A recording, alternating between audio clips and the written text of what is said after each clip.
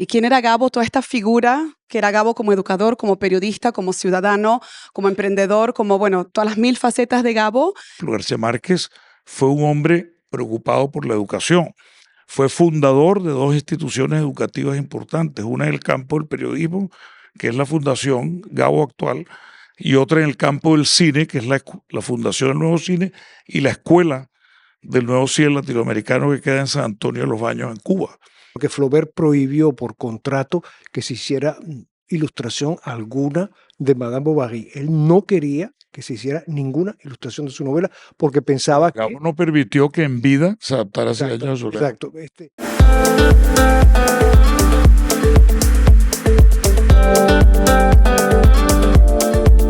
Qué gusto enorme saludarlos aquí, darles la bienvenida a esta charla titulada Gabo, ampliar la mirada.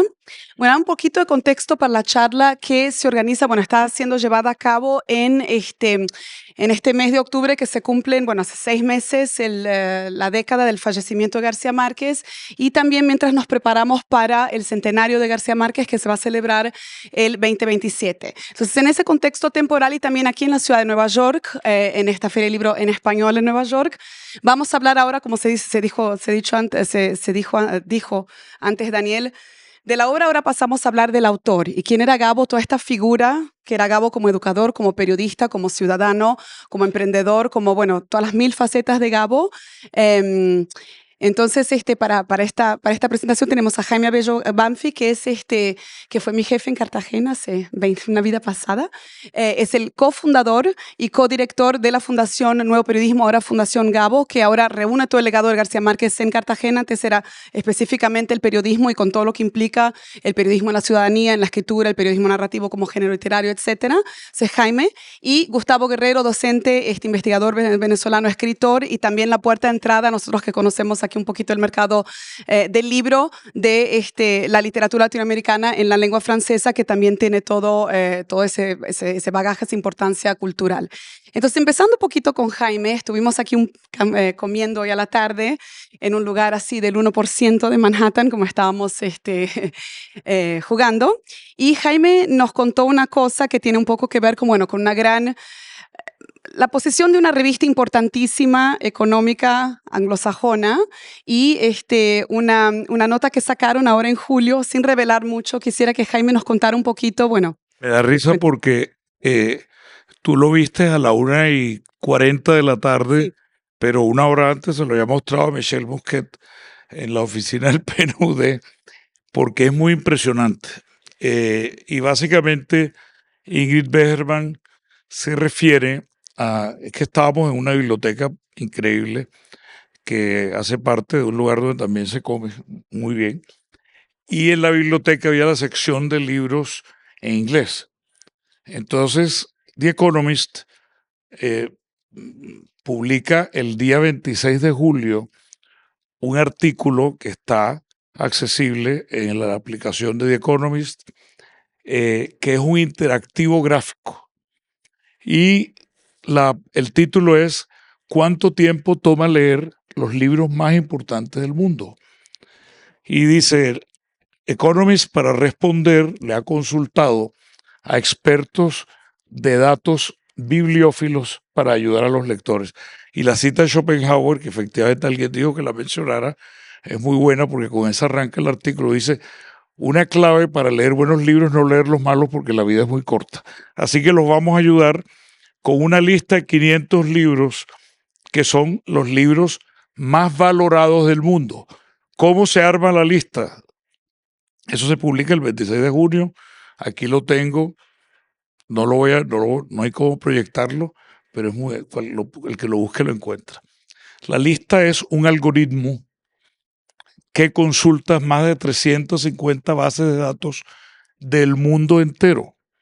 Y ese algoritmo lo que hace es ordenar las preferencias o la valoración positiva de libros de toda la historia desde que existe la civilización humana. Entonces, allí pues hay el 68%, y por eso fue que se me ocurrió mostrárselo a Ingrid en ese momento, cuando vi el 68% son originalmente escritos en inglés. Solo el 2% en español, el 7% en otras lenguas. El resto, los otros porcentajes corresponden a lenguas europeas. Sigue el francés el segundo, luego el alemán, el ruso, el griego antiguo y tal. Entonces, la pregunta te la voy a hacer a ti, Gustavo. Hay dos obras de García Márquez allí. Una es El amor en los tiempos del cólera, entre los 500, y el otro es 100 años de soledad. ¿En qué rango crees tú que está 100 años de soledad, digamos, de esa lista? ¿En qué franja de posiciones puede estar 100 años de soledad? Mira, bueno, primero que todo, mil gracias por invitarme a participar en este panel y mil gracias a ustedes por estar aquí. 100 años de soledad es un fenómeno, yo diría, único dentro de las letras latinoamericanas del siglo XX. Conozco varias listas donde la podemos encontrar. Una de ellas es, por ejemplo, la lista de los libros más traducidos de la lengua española, es decir, escritos en lengua española y traducidos a otros idiomas. En esa lista, el número uno es Don Quijote, que es uno de los libros, por supuesto, más traducidos a todos los idiomas, y el que tiene segundo lugar, 4 siglos. y el segundo lugar, y que tiene 4 siglos, y el segundo lugar es 100 años de soledad. Conozco otra lista que es la de David Damrosch en el Instituto para el Estudio de la Literatura Mundial de Harvard. Damrosch hizo un recuento también sobre las bases de datos para ver cuáles eran los 5 autores más mencionados en el mundo. Y está Joyce, Proust, Kafka, Borges y García Márquez. Por lo menos tenemos 2 de idioma Sí, español ahí. dos de la lengua española. Así que yo puedo imaginarme perfectamente Que que tiene está que en el estar top 10. entre los 5 primeros. Entre los Entre los 5 primeros. Entre los 5 primeros. Yo digo. Efectivamente está entre los 5 primeros. Pero lo interesante es que el quinto, el tercero es el Ulises de Joyce. Joyce, claro. En esa lista, Proust está de sexto, el Busca el tiempo perdido es el sexto. El tercero es el Ulises, el segundo es el Gran Gatsby de Fitzgerald. Mira. Y el número 1 es 100 años de soledad. Ahí está. Es entre 500. ¿Esto qué nos dice? Esta lista sale en el mismo año en que Oxford le dedicó el año pasado un handbook completo a García Márquez, en que se ha publicado un libro que es una novela que estaba por ahí refundida, no refundida, sino que sí estaba refundida en los archivos de Gabo, que está en el Harry Ransom Center, y que termina un editor encargado, Cristóbal Pera, y esa novela que suscitó, por supuesto, polémica por la decisión editorial que entrañó y que sus propios hijos en el prólogo la anuncian como traición. Tú sabes perfectamente que este año se publica en marzo y en diciembre ya está traducida a todas las lenguas importantes de todos los mercados del mundo. Sin duda, yo creo que es un fenómeno único y es un fenómeno que tiene ya desde el año 67 hasta acá, ¿cuántos años cuentan? Así es. Así es. Y cuando yo veo a García Márquez y estaba escuchando la conversación anterior sobre el cine, y en algún momento sonreí un poco porque se discutía la cuestión de cómo actualizar a García Márquez. En realidad hay que planteárselo de otra manera. García Márquez ya ha atravesado muchísimas generaciones, 2 o 3 generaciones, ha atravesado geografías muy diversas también. Yo creo que cada versión cinematográfica de García Márquez, como ocurría con las versiones de Madame Bovary, hay una relación muy fuerte entre las dos, entre lo que Flaubert pensó en un momento dado de su novela, porque Flaubert prohibió por contrato que se hiciera ilustración alguna de Madame Bovary. Él no quería que se hiciera ninguna ilustración de su novela porque pensaba que no permitió que en vida se adaptara a 100 años de soledad. Exacto. Pero, claro, en cuanto entras en el dominio público, ya puedes utilizar los derechos. García Márquez este año son 10 años, en el año 2084 esos derechos estarán en el dominio público, habrá sin duda muchas más versiones. Lo interesante en el caso de Madame Bovary es que el cine, Minelli, Chabrol, tantos que han hecho, hay 24 películas de Madame Bovary, cada una de esas películas ha tratado de frotarse un poco con el tiempo de la obra y la obra las trasciende. Así es. Las trasciende. Y yo Sí. creo que es muy bonito lo que se dijo hace un rato con respecto al el comienzo, apenas el comienzo de las versiones cinematográficas de Cien Años de Soledad, porque esta que vamos a tener con Netflix será la primera, pero estoy convencido que no es sino el comienzo de una larga serie de Y películas que pero te vamos a ver. agregaría lo siguiente, que lo dijo María Camila. María Camila dijo que afortunadamente se adapta a una serie que tiene Sí, 16 capítulos y sin embargo de alguna manera nos dijo casi como que fue insuficiente. sí. Es una obra que va a tener siempre el reto de la adaptación, Ujú. en que no es encajarla o encajonarla en una duración estándar de largometraje, es algo que siempre va a dejar mocha, por decirlo así, a 100 años de soledad. Sí, a mí me interesa esa idea del tiempo porque yo creo que García Márquez le plantea una pregunta a nuestro presente. No es que nuestro presente tenga que plantearle preguntas a García Márquez, es en el otro sentido que hay que verlo. Hay que saber que esa obra probablemente trascenderá también sus realizaciones actuales y una manera de entender más bien la actualidad o el presente es viendo qué puedes hacer con ella. Pero la temporalidad de la obra trasciende nuestra Bueno, contemporaneidad. Ingrid, Entonces, una pregunta. sí, Bueno, entonces solo para eso, me parece un momento perfecto para preguntarle algo que quisiera que los dos compartieran, como Jaime y Gustavo aquí con nosotros. Los dos manejan de cierta manera el legado de García Márquez, la posición, no hablo de Cien años de soledad, sino de García Márquez, la persona, ¿no? Volviendo al mismo, ahora estamos hablando de la persona. Jaime, tú vienes manejando el legado de Gabo hace mucho tiempo, eres la persona que uno piensa en Gabo, cuando uno piensa en Gabo, en quien tiene a su cargo el legado, quién es el referente, y Gustavo como puerta de entrada, como estamos diciendo, al mercado y al público francés, que también tiene todo un capital cultural, por así decirlo. Entonces yo quisiera que los dos nos contaran un poquito qué tienen planeado de aquí en adelante para ampliar este legado de Gabo en sentido de actividades, cómo se organizan todos, si nos pueden compartir un poquito una previa de lo que tienen en mente con esto que se viene, ¿no? El centenario del nacimiento de Gabo, también ahora que acabamos de celebrar el aniversario luctuoso de 10 años. ¿Cómo organizar todo eso? ¿Se pueden compartir un poquito de eso, de sus actividades y sus planes a nivel de gerencia cultural y bueno, para que veamos qué podemos esperar? bueno, creo yo que planteada la capacidad, digamos, influencia y la importancia cultural de Gabriel García Márquez, hay un hecho que nos parece clave en el equipo de la fundación, del cual y ya Daniel anticipó algo, y es justamente que es una voz creadora, pensadora, humanista de lo que hoy en día se llama el sur global. En una lista de un centenar, en los 500 ya se vio, el 68% son originalmente publicados en inglés. Las obras del llamado sur global son una fracción mínima y sin embargo este está allí. ¿Eso qué refleja?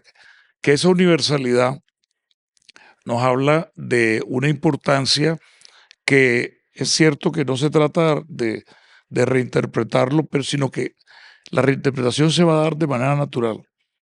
Y hay una mirada. Entonces la propuesta de la fundación es que es una fundación creada por Gabriel García Márquez. Yo soy el cofundador, que originalmente es una fundación nacida para promover, como tú bien sabes, porque trabajaste allí, el periodismo de calidad, independiente, ético, que era una preocupación de él. Nosotros tenemos un concepto central ante todo este movimiento que va creciendo alrededor de Gabo, con estos hechos tan significantes como los que anotamos, el lanzamiento de la serie, la proximidad del centenario. La pregunta que nos hacemos es cómo al mundo, a América Latina y a Colombia, este legado le representa algo que genere reflexiones nuevas, que genere oportunidades creadoras, oportunidades especialmente para lo que a Gabo le interesaba, que es por ejemplo, García Márquez fue un hombre preocupado por la educación, Fue fundador de dos instituciones educativas importantes, una en el campo del periodismo, que es la Fundación Gabo actual, y otra en el campo del cine, que es la Fundación del Nuevo Cine y la Escuela del Nuevo Cine Latinoamericano que queda en San Antonio de los Baños, en Cuba. Escribió sobre educación. Sobre eso es un hombre que tiene una obra periodística tan importante en términos del reconocimiento de su valor por parte del periodismo del siglo XX y todavía, y sobre todo su aporte al llamado periodismo narrativo, que durante 51 años ejerció periodismo, y también es importante en términos de magnitud el número de libros que hay con obras de contenido periodístico de Gabriel García Márquez, equivalente en extensión al de las obras literarias de Gabo. Gabo es famoso globalmente por la literatura, pero para llegar a la literatura hay unos pilares como el periodismo, que para él es muy importante. Hay otro pilar, es su humanismo. Otro pilar clave es su identidad latinoamericana, caribe, y su decisión de hablarle al mundo con la fuerza de esa identidad sin ninguna, es decir, sin intimidarse ante lo que significaba, y sabiendo que las historias, el poder de las historias está en todas partes. Crea Macondo. Macondo, tú bien sabes, se ha convertido en un ícono de Colombia, pero es un hombre además que como ciudadano y tuvo una, aparte de que el periodismo es una praxis política para él, es un hombre comprometido con los derechos humanos, con la justicia social, comprometido con ideales realmente de autonomía política y cultural de América Latina, y un hombre profundamente demócrata y apasionado de la libertad, pese a que hay una cantidad de aspectos que podrían y que a lo mejor va a generar aquí discusión de su relación con determinados países o con Cuba o con Estados Unidos, etc. García Márquez es un hombre que tiene mucho en su vida, en su trayectoria. Creemos que vale la pena inspirar, y por eso es la idea de ampliar la mirada. Ese es el concepto con el cual nos estamos moviendo, y lo hacemos de cara a que el centenario de García Márquez en el 2027 no sea algo al uso que se limite a publicar, que hay que hacerlo, no cabe ninguna duda, habrá que fijar ediciones de varias de sus obras, habrá que hacer obras completas. Ustedes deberían, lo de la Pléyade, ya tú contarás, Sí. pero más que eso, lo que nos interesa es que poner al mundo a pensar, y es también un aspecto que creemos que nos enorgullece como mm, mantenedores que somos de ese legado. Bueno, para ampliar la mirada sobre García Márquez, voy a traer un dato que mencioné ayer en el taller sobre edición que trajimos aquí y que hemos podido realizar con Juan Casamayor. Em, Hablando de los mercados de la literatura latinoamericana hoy en el mundo, hablamos básicamente de 5 mercados y entre ellos el mercado chino. Y el ejemplo que yo le traía a los talleristas de lo que ocurre con con el mercado de la literatura latinoamericana en China hoy. El ejemplo es Cien años de soledad. La edición de 2017 de Cien años de soledad fue el libro extranjero más vendido en China desde 2017 hasta el final de la pandemia.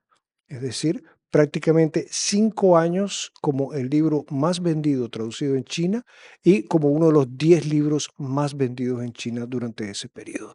Eso, eso significa en un mundo como el mundo chino, reimpresiones de millones de ejemplares de Cien años de soledad y un descubrimiento por parte del público chino de un autor y de una obra que había circulado a parecer de manera pirata durante algún Sí. tiempo y que ahora tiene ya ediciones, no solamente ediciones oficiales, sino incluso ediciones de lujo y también ediciones de bolsillo. O sea que tenemos un mercado como es el mercado chino en el cual García Márquez está haciendo el papel de un ariete que está abriendo camino para la lectura de los autores latinoamericanos. Eso me parece fundamental, porque está ocurriendo también el fenómeno de Japón con la reedición japonesa. Hay una proyección pues hacia Asia hoy, hacia los mercados asiáticos, que son mercados emergentes en términos de edición muy importantes, tanto el caso chino, evidente que es más Y que en la eso. India, yo Y estuve la en la India, India el y año ahí está pasado. el caso de la India también. La India, Japón, Corea y China son los 4 grandes mercados asiáticos hoy. Y en esos 4 mercados asiáticos vemos la presencia de García Márquez y de la obra de García Márquez como la punta de lanza que ojalá permita abrir también el camino a otros autores latinoamericanos. Es muy importante. A mí me encantaría que poder conversar con los colegas chinos y saber un poco más sobre esta recepción extraordinaria de la obra de García Márquez en China. Ese es un punto que yo creo que va a venir y sería muy interesante de cara al 27 incorporar a Así los es. países asiáticos, a la India, a la China, a Japón y a Corea a la conversación sobre la obra de García Márquez y sobre la literatura Sí, latinoamericana. yo creo que tenemos que salirnos. Es América Latina, pero definitivamente la idea es una conversación global Exacto, y todo eso, además, hay que meterle humor y mamadera de gallo, como Gabo por lo hubiera supuesto. hecho. Es decir, no puede ser una cosa. Y que cada quien diga un poco cómo lee esa novela. Va a ser muy interesante Bueno, y cuando siguiendo esa salga lo de línea, Netflix, entonces, mirar cómo va a ser vista la teleserie también en Asia, ¿no? Porque ya que es global, seguramente Corea, Yo Japón. quisiera de todas maneras solo anotar, ahí está el logotipo del Ministerio de Cultura de Colombia, porque efectivamente, inclusive nuestra presencia aquí, que está apoyada por el PNUD, por la CAF, también estamos asociados a Netflix, aquí en el marco de esta feria que va fortaleciéndose de una manera increíble, tiene que ver con la decisión. Ustedes bien saben de todas maneras que los gobiernos tienen que jugar un papel clave en este tipo de conmemoraciones. Entonces hay ya un acuerdo, un convenio suscrito con el Ministerio de Cultura de Colombia para empezar a trabajar una primera fase que llamamos 10 a 100. Tú aludiste a que se cumple este año el 10º aniversario del fallecimiento del autor y vamos hacia el centenario. Entonces eso y otras alianzas van a dar lugar a un programa que es un programa que se aspira a que sea colaborativo, incluyente, es decir, pasarán cosas seguramente nuevamente en esta feria, pasarán cosas en otros escenarios. Veremos la recepción de Netflix de la serie 100 años de soledad. Entre otras cosas, no sé si lo sabes, pero de los autores latinoamericanos, el que más títulos de películas tiene ligado a su carrera es Gabriel García Márquez, sea porque las películas que corresponden a adaptaciones de su obra literaria, o sea películas en las que él firmó guiones o en las que fue colaborador. Y bien sabes que hay un mito, bueno, yo creo que es un mito, que dice que es un amor contrariado, que si a Gabo con el cine no le fue tan bien. Yo creo que él gozó mucho el cine y le dedicó al cine tanto como al periodismo, como a la literatura. Y yo creo que de pronto estamos ante la posibilidad de reivindicar la felicidad de esa relación en este gran esfuerzo que se va a hacer por lo que se ha podido ver de la serie. Bueno, yo pienso también en la novela gráfica que tiene que venir, ¿no? En algún Ajá. momento. lo formamos. Pasarán muchas cosas. Bueno, y siguiendo con esto que estamos hablando, todavía siempre en la internacionalización del nombre Gabo, del legado de Gabo a nivel internacional, a nivel global y sobre todo de sur global, porque Gabo es el escritor de la República Bananera, por así decirlo, también en el sentido que pasamos a tercer mundo, bueno, en todas las órdenes mundiales desde que se escribió 100 años al países desarrollados, subdesarrollo y ahora estamos en este norte y sur global, ¿no? Pero Jaime, tú dijiste algo sobre la justicia social, que es un buzzword, ¿no? Como también ahora lo es la diplomacia cultural. Y Gabo siempre fue un diplomático cultural desde siempre y desde una posición de mamadera de gallo, como tú dijiste. Yo me siento media phony usando expresiones colombianas. Pero bueno, por ejemplo, la relación, o Clinton mismo diciendo que Gabo era la única persona que podía ser amigo de Clinton y de Fidel al mismo tiempo y que él Fue jugaba ese rol de mediador, ¿no? ¿Cómo, Jaime, cómo vas a y presentar? jugó el rol de mediador, Lo jugó, efectivamente. claro, con Elian González cuando pasó todo. Bueno, eso fue lo de menos. Bueno, ya nos contarás. Y justamente iba eso. ¿cuándo nos vas a contar esas historias del Gabo behind the scenes, ¿no? Detrás de las escenas, haciendo, que también siempre vuelvo a lo mismo, que tenía que ver con el sentido de humor, la mamadera de gallo, tipo que tenía mucho que ver con él, por un lado Gabo, y por otro lado también, y te tiro esto, Gustavo, también si tú puedes aportar textos súper secretos que después los hicimos en la fundación, por ejemplo, disponibles como un manual para ser niño, que son los textos del sobre educación más oscuros que circulaban, que la gente los descargaba y los imprimía, todo eso. ¿Qué vamos a hacer con ese legado por escrito y lo que tú conoces de la vida de él, que no se cuenta tanto en las biografías del trato personal que ustedes tuvieron con él, o también ese rol de Gabo diplomático cultural? Pues yo diría lo siguiente, lo primero que hay que darse cuenta, y ya lo citó María Camila, que dice hay una cantidad de meta literatura alrededor de Gabo. Entonces, eso está bien. No hay que confundir con lo primero que hay que hacer es promover la lectura, inclusive hoy en día en distintos formatos, de las obras originales de Gabriel García Márquez. Eso no podemos apartarlo, ese es el camino central, pero al lado de eso sí se pueden hacer muchas cosas interesantes sobre Gabriel García Márquez y su vida, que es una vida apasionante. Y efectivamente nosotros, por ejemplo, este libro, el de los médicos que se citó y que yo he traído para entregárselo a la Feria del Libro de Nueva York, se llama Los médicos de Macondo, la medicina en la obra literaria de Gabriel García Márquez. Un libro increíble, que nos demuestra algo muy importante que está en la esencia del discurso que nosotros estamos tratando de hacer, generar pensamiento crítico alrededor de la noción de realismo mágico. Y es que cuando se habla de realismo mágico, en esos dos términos prevalece el lado mágico, imaginario, y yo diría ese es lo que redondea, lo que se demuestra en este libro y en muchas otras cosas de esa vida periodística de García Márquez, es que García Márquez fue un hombre movido por la curiosidad, tuvo, mientras pudo tenerle una memoria formidable, pero decidió entender el mundo a través de la lectura y del periodismo. El periodismo fue también la pasión por la cultura popular, la pasión por el periodismo, son cosas que lo llevaron a conocer con rigor y con exactitud muchas cosas. Una de ellas, que tiene mucho que ver con su vida, aquí se explica, es el tema de la medicina.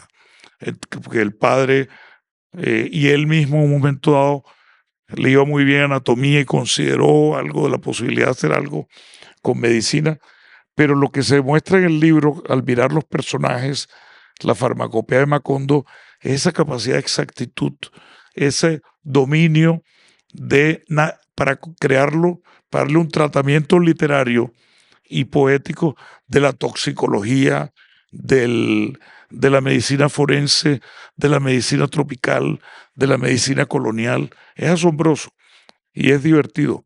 Y entonces todo esto nos lleva a que se necesita mucha investigación. Por ejemplo, esa relación con el poder se ha prestado a toda clase de comentarios y de cosas. Es muy interesante la relación de Gabo con Cuba, la relación de Gabo a su vez con los Estados Unidos. Tú citaste a Fidel, con quien García Márquez estableció una amistad más o menos de 1975, porque García Márquez no volvió a Cuba entre el año 61 y el 75. Antes había estado desde la época de la Revolución como periodista, en el año 59. Y luego entró a ser parte de la Agencia Cubana de Prensa con un grupo de periodistas internacionales. Por eso Gabo vivió en Nueva York en los años 61. Él vivió en Manhattan con su esposa, con su hijo pequeño, Rodrigo García No le fue Márquez. bien, no fue bien, ¿Ah? no le gustó ese trabajo de... No, lo que ocurrió es que empezó la hostilización, era todo el tema de la tensión creciente contra Cuba, en fin, y esa hostilización, por un lado, externa, pero por el otro lado, hubo una toma del Partido Comunista Cubano, de la agencia, y sacaron a los periodistas que no eran, García Márquez pues no era miembro del partido, pero estaba ahí, era lo que hoy en día llamaríamos internacionalista. que lo hemos visto en varios procesos. Y eso le llevó a tener un tiempo de distancia con la Revolución Cubana que duró por lo menos hasta el año 75. A partir del 75 vuelve y establece una relación distinta ya directamente con Fidel, y donde hubo un papel importante el tema del cine y otro papel que mucha gente no lo sabe, el de la mediación humanitaria, el compromiso con los derechos humanos, el ayudar a mucha gente. Y a pesar de que mucha gente lo criticó, él, y que él era consciente, digamos, de lo discutible que podía tener la Revolución Cubana, sin embargo, él decidió mantener esa lealtad, pero eso no le impidió el día en que recibió la invitación de Carlos Fuentes, porque Chelsea, la hija de Clinton, había hablado de que su libro favorito era 100 años de soledad. Y a raíz de eso se establece un nexo a través de Bill y Rose Tyron. Bill Tyron, gran escritor norteamericano que conocía al presidente Clinton, y organiza un encuentro en la casa de ellos en Martha's Vineyard. Y a partir de ahí la relación fue cálida y Clinton lo fue a visitar a Cartagena, y Clinton nos acompañó en el 2007 ya como expresidente en el homenaje que se le hizo a García Márquez. Y ciertamente, y ahí está en los archivos de Gao, en la exposición, o los que entren podrán verlo por internet, porque la Universidad de Texas, que es la depositaria de los archivos, tiene mucho de ese material en internet disponible, y lo podrán ver en Colombia en la exposición que se va a hacer el año entrante, en el mes entre abril y julio, que es parte de todo este proceso. Haremos una exposición con la CAF, con el Ministerio de Cultura, y con el Harry Ransom Center, y ahí se ven las cartas en las que Fidel le pedía favores a Gabo para que gestionaran la reunión con Clinton, y están ahí. Y entonces le decía, por favor, dile que nosotros podemos ayudar al FBI en combatir el narcotráfico, que no sé qué. O sea que sí, hay toda una línea posible de investigación de ese papel de García Márquez, de mediador, de esas relaciones con mucha gente que tuvo muchos primeros mandatarios en muchos países. Y que es interesante porque eso ocurrió igual en Colombia, conoció a todo el mundo. García Márquez fue un hombre que el poder lo buscó porque era un hombre supremamente atractivo por su obra, por sus ideas, por su estilo. Entonces, el presidente Gaviria fue íntimo mío, Belisario Betancur en Colombia, otro presidente. Todos pasaron por García Márquez. Y en México también, Venezuela. Tú sabes muy bien de la relación que tuvo con muchos presidentes venezolanos. Todo eso es un campo que él inclusive consideró en tener en un libro de memorias, porque me lo dijo un día personalmente. Lo que pasa es que no alcanzó a escribirlo, que era una segunda libro de memorias que iba a ser sobre los presidentes. Yo le pregunté, ¿y cuál es el presidente clave de todos los que has conocido? Y me dijo, Omar Torrijos de Panamá, que tuvo con él una relación de amistad muy intensa hasta que murió. O sea, hay una cantidad de temas que podemos seguir explorando que son temas que enriquecen las perspectivas, pero que también es interesante ver las posiciones éticas y los movimientos de Gabo y las convicciones y las ideas que expresó y que están reflejadas en muchos artículos de prensa, en algunas declaraciones que dio, etc. Bueno, yo pienso como tú que el Ransom Center y los archivos que están en Texas tienen que ir a un proceso de catalogación y apertura cada vez mayor porque hay muchas cosas allí que todavía no están en el aire, pero hay también algo más que hay que hacer en un momento dado, es un repertorio de las cartas y los documentos de García Márquez en otros archivos que no son ese. Estoy pensando específicamente en el caso francés, por ejemplo. En Francia existe una institución que se llama Memoria de la Edición Contemporánea, donde los editores entregan sus archivos, y allí en los archivos de la editorial Seuil está la correspondencia de García Márquez con su editor francés. en el año 67, 68, 69, y hay una serie de documentos donde él expresa, le dice, porque García Márquez hablaba francés, había vivido en Francia ya varios años, él le dice cómo él piensa que tendría que traducir algunas palabras o le corrige incluso algunas lecturas que él tiene del texto. Y es apasionante porque es una conversación entre uno y otro, entre dos personas que hablan la misma lengua, porque Durán estaba casado con una cubana y hablaba muy bien el español, el traductor, y García Márquez, que había vivido en Francia y que conocía muy bien la literatura y la cultura francesa. De modo que el intercambio entre ellos es fascinante. Eso no está en el Rosen Center, Eso es pero muy vale la pena. interesante. Hay cosas también en Alemania, correspondencias en Alemania. Creo que debe haber mucho más aquí también en los Estados Unidos, Pero en la viste el propia libro Cuba. Las cartas del boom. Aparte de Se lo eso, ahí está. recomendamos. Las cartas ¿Ah? del boom, ahí hay una parte de la correspondencia de Gao que está en Princeton, hay una parte que está en Princeton y otra parte que está Claro, en porque el Rosen Center. y el Ransom ha estado adquiriendo Ujú, archivos como el de Plinio Puleyo Mendoza, el del Bao Cepeda. Hay ujú, unas cartas bellísimas. Falta Mutis. Mutis todavía la familia tiene unas cartas increíbles, porque además Gao era muy bueno. Mientras escribió cartas, llegó un momento en que ya no volvió a ujú, escribir, como que tomó demasiada conciencia de, ujú. así como lo había decidido en un momento dado quemar las cartas que le había mandado a Mercedes. Esa historia es bien conocida, de que le compró a Mercedes las cartas de amor que le había mandado y las quemó. Sí, sí. Sí, bueno, yo espero que el porvenir sea ese un poco, pero no solamente ese. Yo pienso mucho en que nosotros todos, quiero decir, todos los que hablamos español y leemos en español y escribimos en español, nosotros todavía no hemos entendido lo que ese hombre le hizo a la lengua española con esa novela.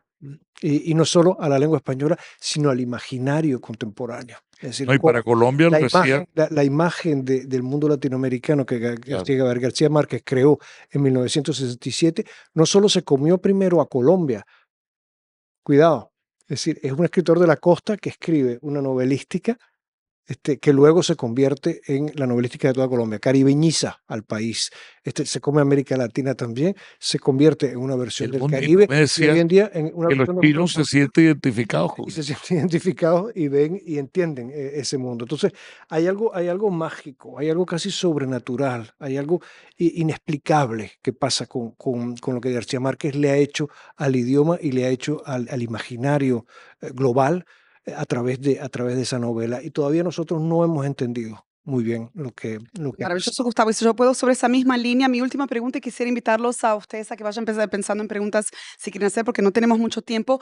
Siguiendo entonces ahora en esa misma línea de la magia, pero dentro de la creación, para Gabo era muy importante formar periodistas y formar, porque él siempre agradecía, como nos enseñaba Jaime, a sus dos maestros, Álvaro Cepeda Zamudio y Clemente Manuel Zapata, que habían sido no sus maestros, sino sus editores directos adentro de la sala de redacción, que le enseñaron a redactar, bueno, a trabajar el periodismo con rigor y con todo eso. Y él creía muchísimo en ese approach, ¿no? De tener el legado, de pasar, bueno, de pasar de ese mentorado de la figura del creador, pasando ese legado a los creadores, ¿no? Entonces yo quisiera que ustedes los dos comentaran un poquito sobre cómo ampliar la mirada de García Márquez en este nivel de creación, partiendo de la parte del trabajo creativo con los artistas, con la gente que quiere crear en particular.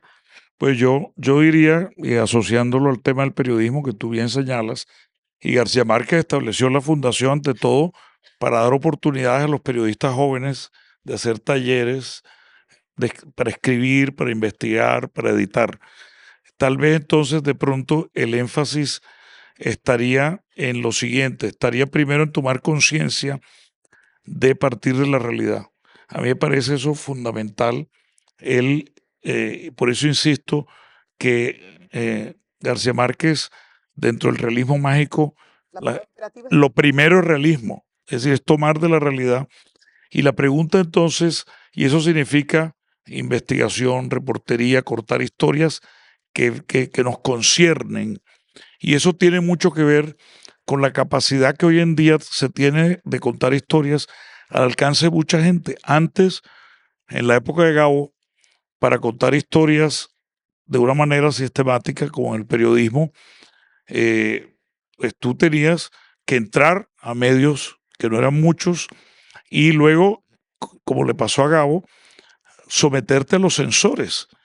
García Márquez los primeros años de su vida periodística los escribió siempre bajo el control de sensores. Y sin embargo uno lee eso y lo lee y siente la frescura, la libertad, la creatividad. Eran los años en que Colombia había unos gobiernos y luego una dictadura, un país que vivía bajo el estado de sitio. Entonces nos demuestra la capacidad de que a través de la escritura, de la creatividad, de saltar esas barreras, pero todo a partir de un rigor, de mucha investigación, de mucho empaparse. Por eso él insiste en que no hay nada que no haya, que esté en su obra, que no venga de la realidad. Y eso. Entonces, la otra cosa creo yo que es clave para entender la magia. La magia está también en el trabajo de edición. La magia está en el taller del periodista que revisa, o el escritor, una y otra vez hasta encontrar el tono, hasta encontrar el ritmo, ¿para qué? Para seducir a los lectores. Gabo decía que es más difícil atrapar un conejo que un lector. Hoy en día, mucho más en la época del Internet, en donde la fugacidad y la fragmentación prevalecen. Entonces yo creo que esa idea de atrapar tiene que ver con una entrega creativa que exige lo máximo de ti en el proceso de revisar tus borradores, de llegar al punto, llegar al tono, a esa alquimia creativa. Y bueno, hay mucho más. Nosotros lo convertimos todo esto en talleres como el que estamos haciendo aquí en en la Feria del Libro de Nueva York. Son historias de Nueva York inspiradas en Gabo, y hacemos talleres todo el tiempo. Tenemos el festival y tratamos de inspirar, es decir, de que Gabo y muchos otros maestros de periodismo y autores eh, inspiren precisamente para aprovechar ese potencial que hoy en día se facilita por los medios digitales, por las redes, por la capacidad de crear, pero que estamos convencidos que hay que promover un uso ético y creativo, porque al mismo tiempo vivimos una época sometida a la amenaza de la desinformación, de la división, de los populismos autoritarios y de tensiones que no manejan en unas sociedades como las de América Latina, que están reclamando derechos de igualdad, de participación, que es lo legítimo, pero que al mismo tiempo todo este proceso de cambio, facilitado también por la capacidad de difusión de las historias,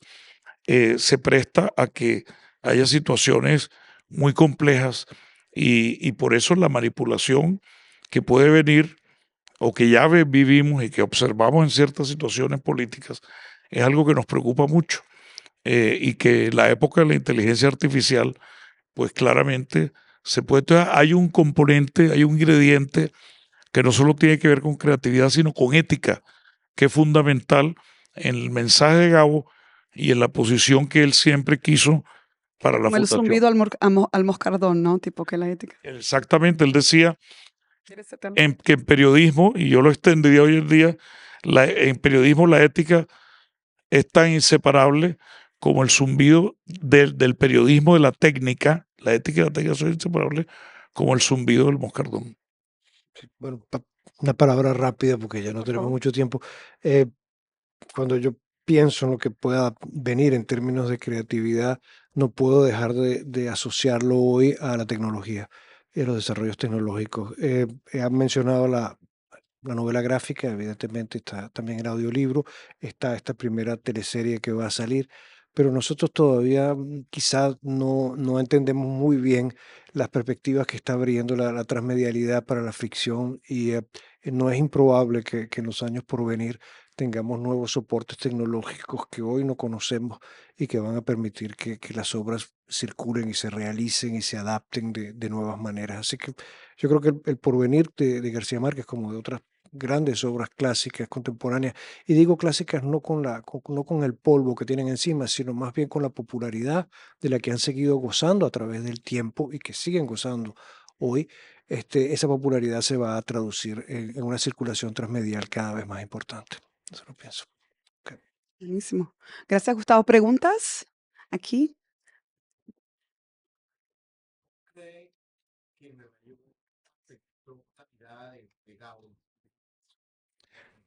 Bueno, Gabo, la pregunta es sobre la relación de Gabo y Nueva York.